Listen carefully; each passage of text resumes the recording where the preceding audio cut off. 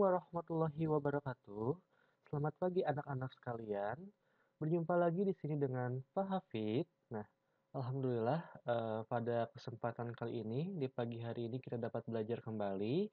Kalau minggu kemarin kita sudah belajar mengenal perangkat keras atau hardware pada sebuah komputer. Nah, sekarang kita akan berlanjut mengenal perangkat selanjutnya yaitu mengenal perangkat lunak atau software pada komputer.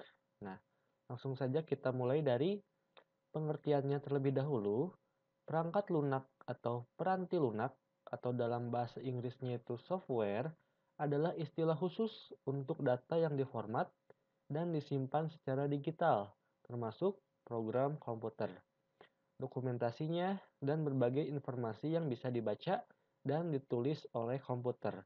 Dengan kata lain, bagian sistem komputer yang tidak berwujud. Nah, kalau untuk perangkat keras atau hardware itu berwujud ya, seperti minggu kemarin yaitu keyboard, mouse, printer, dan lain sebagainya.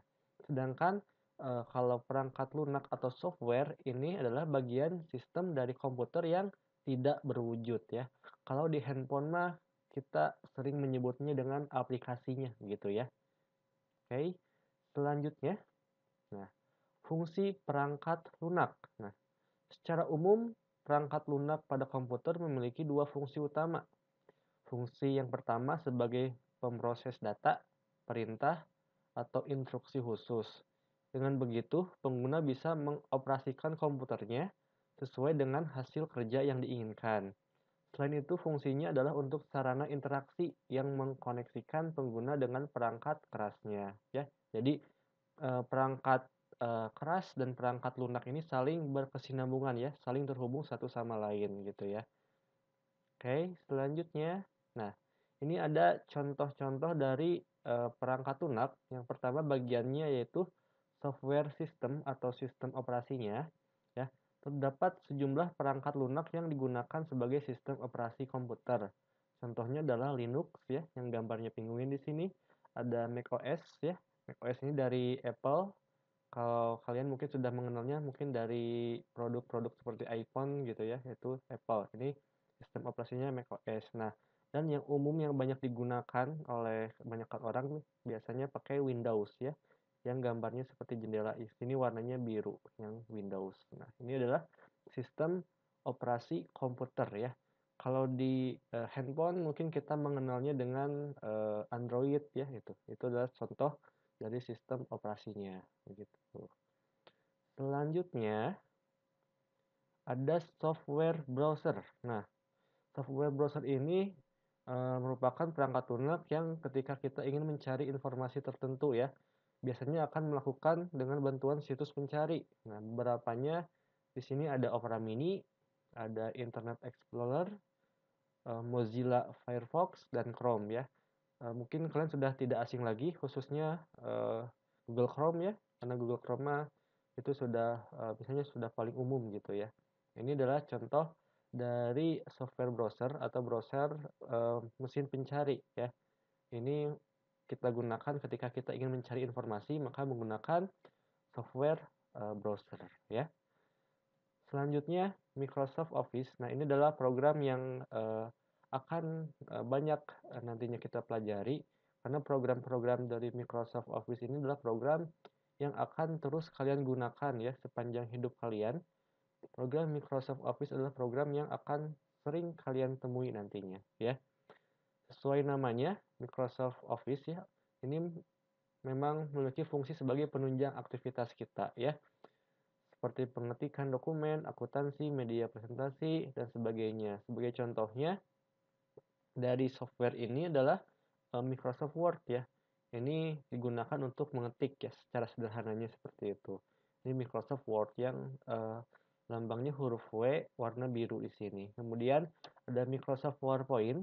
Ini fungsi utamanya sebagai media presentasi. Nah, contoh dari apa yang kalian tonton ini, Bapak gunakan aplikasi PowerPoint begitu ya, sebagai media awalnya untuk presentasi. Jadi nanti jika kalian ketika di kelas misalkan ingin ada tugas kelompok dan harus mempresentasikan tugas, kalian bisa menggunakan aplikasi dari Microsoft PowerPoint ya. Di sini yang huruf P yang warna merah. Kemudian ada Excel atau Microsoft Excel, ini digunakan sebagai sarana untuk mengolah data ya. Jadi untuk proses perhitungan. Jadi tidak usah capek-capek menghitung secara manual.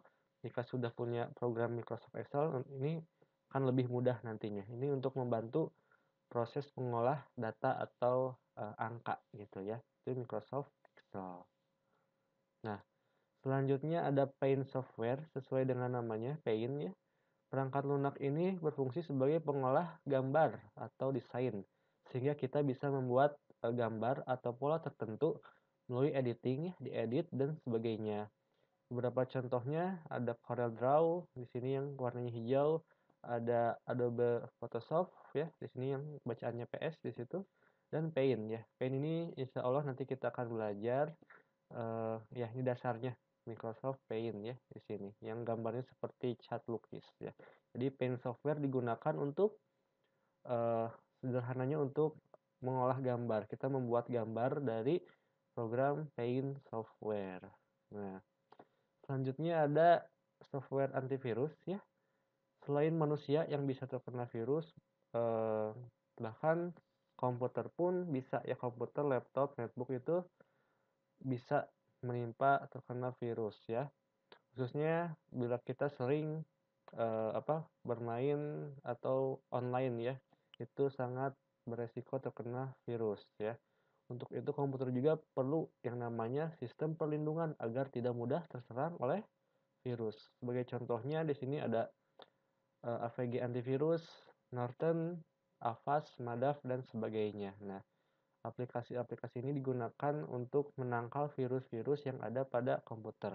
Karena biasanya jika sudah terkena virus, komputernya akan jadi lemot gitu ya. Ini akibat virus yang ada di dalam komputer tersebut. Nah, itu adalah software antivirus. Oke. Nah, sekarang tugas kalian seperti minggu kemarin merangkum materi mengenai perangkat lunak ya. Jika kemarin mengenai perangkat keras, sekarang perangkat lunak pada komputer dari penjelasan yang sudah disampaikan. Nah, yang membedakan jika kemarin ditulis di buku, sekarang kita coba menulisnya di Google Dokumen ya. Jangan lupa di atasnya kalian tulis dulu nama dan kelasnya, baru ditulis hasil rangkumannya ya. Seperti itu. Jadi pakai aplikasi Google Dokumen ya. Kecuali jika memang ada kendala bisa ditulis di buku saja, tapi usahakan pakai aplikasi Google Dokumen ya biar hasilnya nanti bagus ya. Tulisnya diketiknya hasil rangkumannya di aplikasi Google Dokumen ya. Kalian juga boleh menambahkan hasil tulisan seperti minggu kemarin. Jadi nanti kalian bisa cari lagi yang berhubungan dengan perangkat lunak. Selain dari apa yang Bapak jelaskan, kalian boleh cari lagi dari hasil pencarian di Google begitu ya. Itu hasilnya nanti jauh lebih bagus ya. Kalian bisa mencarinya di Google ya. Jika sudah dirangkum hasilnya, kalian screenshot seperti biasa dan hasil screenshotnya kirim ke link seperti biasa yang akan dikirim di grup ya. Nanti akan dikirim linknya seperti biasa di grup dan kalian screenshot, nanti screenshotnya dikirim ke link. Nah, hasil screenshotnya kalau tidak cukup satu boleh dua atau tiga gitu ya. Disesuaikan dengan rangkuman yang kalian buat gitu nantinya ya. Jika ada yang tidak mengerti, boleh ditanyakan. Selamat mencoba belajar. Semoga berhasil. Jika ada hal-hal yang mau ditanyakan, boleh nanti di WA saja ya. Terima kasih. Tetap semangat dan jaga kesehatannya. Wassalamualaikum warahmatullahi wabarakatuh.